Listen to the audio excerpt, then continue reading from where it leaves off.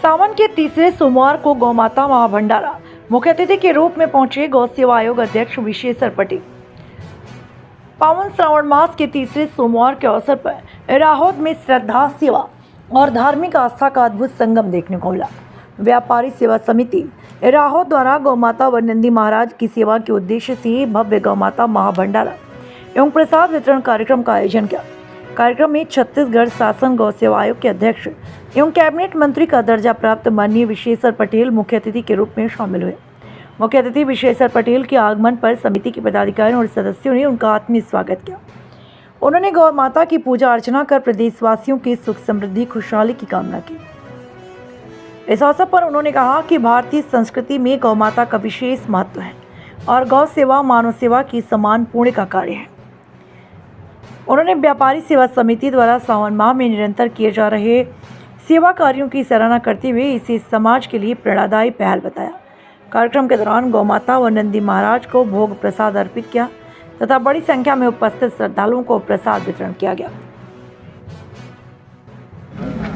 सरकार गाय को संरक्षण समर्थन देने के लिए गोधाम योजना शुरू की है। गोधाम योजना का हेतु है कि गाय को जो बाहर घूम रही है, जिसका कोई आश्रय नहीं है, घुमंतु है, ऐसे गोवंश को संरक्षण देना और उसको उपयोगी बनाने के लिए गोबर गोमूत्र का प्रशिक्षण दे करके एक विभिन्न प्रकार के गौ उत्पाद तैयार करना और जन जागरण के माध्यम से जनता के बीच में गाय के महत्व को बताना, ये 3 बिंदु को लेकर के छत्तीसगढ़ सरकार कार्य कर रही है। उस योजना के तहत सुरभि गौधाम यहाँ पर राहोद में शुरू किया गया है श्री गुरुजी विकास समिति द्वारा, गौ सेवा समिति द्वारा, और इसमें आज मेरा आना हुआ है और आज से यहाँ पर गाय रखेंगे। प्रत्येक गोधाम में 200 गाय अभी प्रथम चरण में रहेगी।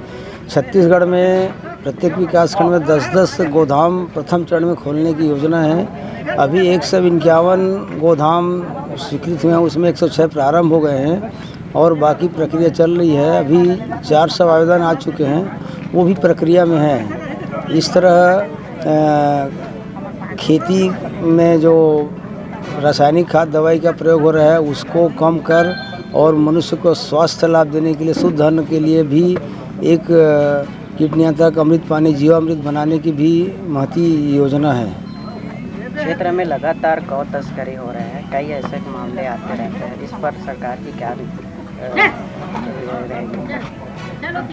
गौ तस्करी जो ध्यान में आ रहा है उसको तो नियंत्रण किया जा रहा है। यदि अपने इसमें जानकारी में आता है, गौ सेवक लगे हुए हैं, गोरक्षक हैं, कई एक स्वयंसेवी संस्था भी है, सब माध्यम से उसको नियंत्रित किया जा रहा है। बहुत कम हो गया है, पहले तो बहुत ज़्यादा मात्रा में हो रहा था। पिछले सरकार के समय गोठान में गाय रखने की योजना नहीं थी। गोठान और गोधाम दोनों में अंतर ये है कि गोधाम में गाय 24 घंटा वहाँ रहेगी और गोठान में गाय दिन में रह के घर में ले जाना है किसानों के घर में।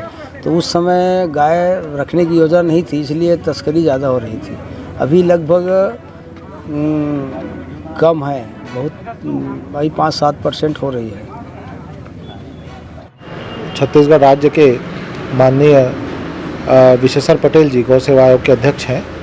आज व्यापारी सेवा समिति के कार्यक्रम से प्रभावित होकर आज उन्होंने नगर का दौरा किया और हमारी समिति का आज सावन सोमवार के अवसर पर जो गौ भंडारा हम लोग आयोजित करते हैं, तो उस कार्यक्रम में उन्होंने सम्मिलित होने की इच्छा जाहिर की।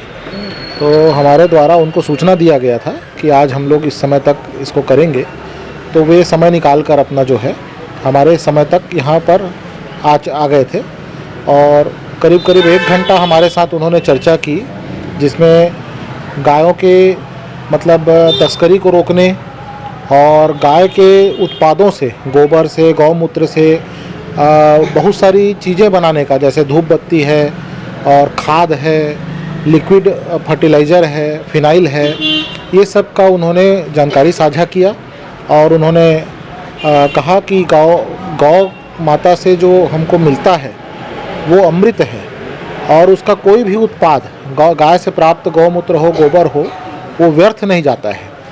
तो इस प्रकार से उन्होंने सबको, समिति के हमारे सभी सदस्यों को प्रोत्साहित किया और आगे उन्होंने और हमारे साथ जुड़े रहने के लिए भी उन्होंने हमको कहा कि आप जुड़े रहिए। और इसके अलावा उन्होंने समय समय पर और यहाँ आने के लिए हमको कहा है कि जैसा भी कार्यक्रम और हम लोग आयोजित करेंगे तो वे सहर्ष इसमें आने के लिए तैयार हैं।